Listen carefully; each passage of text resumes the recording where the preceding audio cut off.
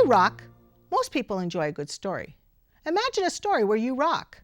Are you doing something rocking in Saskatoon, Saskatchewan, Canada, or the world?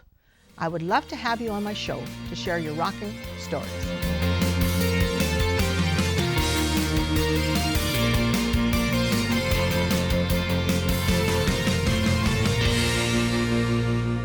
We're here with Andrew Allsopp with One Pierogi at a Time and NASHI.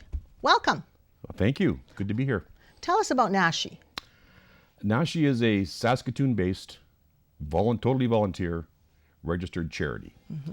It's been around for about 15 years, and it started when our founding member and our current president, Svilia Kroniski, was in Ukraine and saw girls being loaded into trucks, literally sold that way, and realized how much of a problem human trafficking was. And then after hearing a presentation by Victor Malarick in Edmonton, she decided to do something about it. So she gathered all her friends together around a kitchen table and said, we got a problem, how are we going to help this out? And we started NASHI. And so how does she solve, or how is she solving the problem, or trying to solve the problem? Trying to solve the problem. Yes. It's a huge problem. It's a huge problem, yes. I mean, right now you've got more slaves in the world than there is the population of Canada. You know, it's a $40 billion a year industry. So how do you get around that? Well, we can't fix that, but we can certainly help one or two at a time. So it's a twofold approach. First of all, here in Saskatoon, in Saskatchewan, in Western Canada, and as far as we can reach, is make people aware of the problem and how much it's actually involved in their own lives. How many people we lose here every year. And the second one was, we can't fix trafficking. We can't go after the traffickers. We're not going to go and rescue people, but maybe we can stop them from being taken in. And as it turned out, Svilia and several of her friends had numerous contacts in Ukraine, which is a major source country for these trafficked young women usually. And that was so critical to have good people on the ground and be able to get things done. So as a result, we started several projects in Ukraine to help these girls, specifically the ones coming out of an orphanage with no life skills and no training, to give them a skill, a marketable skill. So we opened a trade school that taught computers and industrial sewing, but then soon realized that they had nowhere to live. You know, so it sort of blossomed from there. And as we worked through these things, the face of trafficking also changed. So they weren't necessarily going after the 16, 17-year-olds anymore. They're going after the 8-year-olds. Which is so sad, isn't it? It's just horrible. But they were getting them off the streets. They were getting them from orphanages. And with the recent conflict in Ukraine, there's a lot of illegal sale of these young girls going on.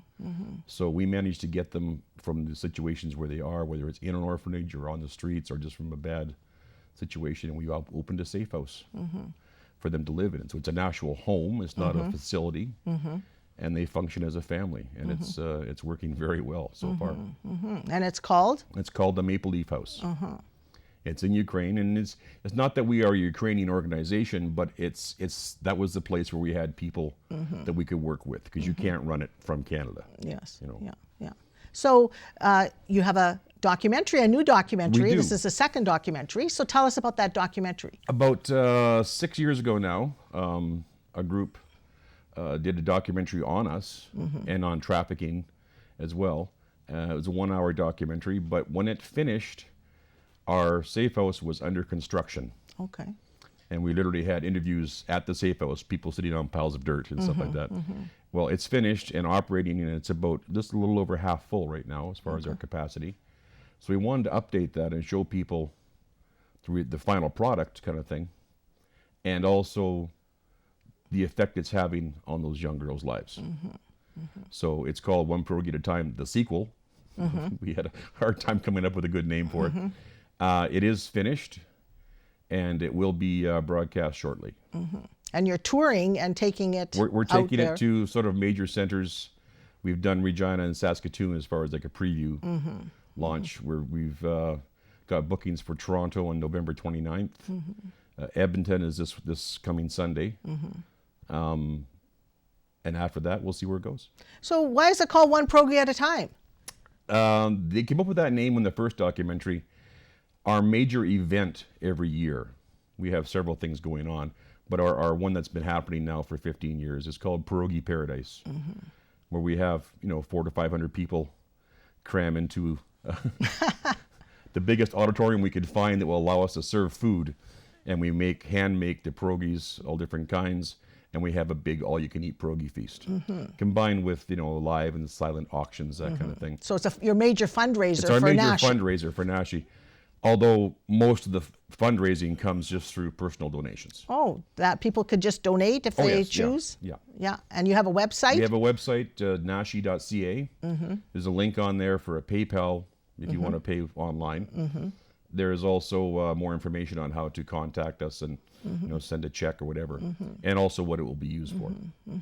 Well, your video or your documentary talks about how important it is to work with these girls. Well, it's hugely important.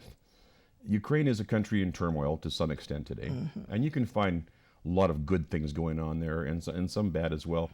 But the biggest thing is these girls that we're dealing with, they may have high school. Not a great high school education. They've passed, doesn't mean they're very good at anything, but they have nothing else. And work is not that plentiful. So you have to have some kind of trade, some kind of university degree. So the girls that we have, we say it's their home.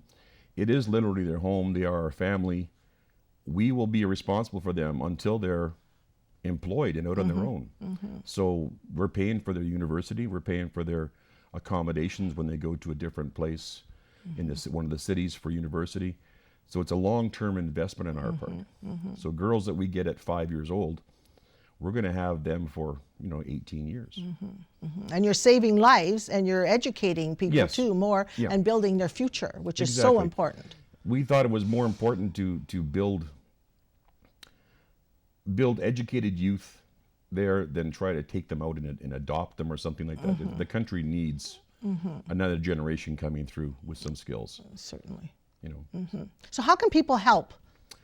Well, we have lots of volunteer opportunities when it comes to these events, but the biggest thing they can do to help is just, first of all, do some research. You can look at our site, you can look at other sites to see how trafficking is so dug into our society today, and be aware of it, and be conscious of that, and talk to your government, get things changed so we can combat this. That's the biggest thing. And for the young men today, the demand side of it is what drives it. So pornography, strip clubs, prostitution, all those things. Try to avoid that.